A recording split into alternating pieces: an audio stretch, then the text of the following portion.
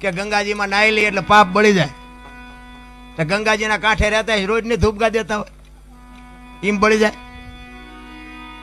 એટલે આ બધું મન મનાવાની વાતો છે. આ બધી કર્મની વાતો કરે ને, કર્મ આમ ને ફલાણું. આ ભક્તિ કરે એવડે દુખી છે, બૂસ મારે એવડે સુખી છે. લ્યો શું કર્મ કરે? અટપટું છે આ. હિમ સમજાય એવું નથી.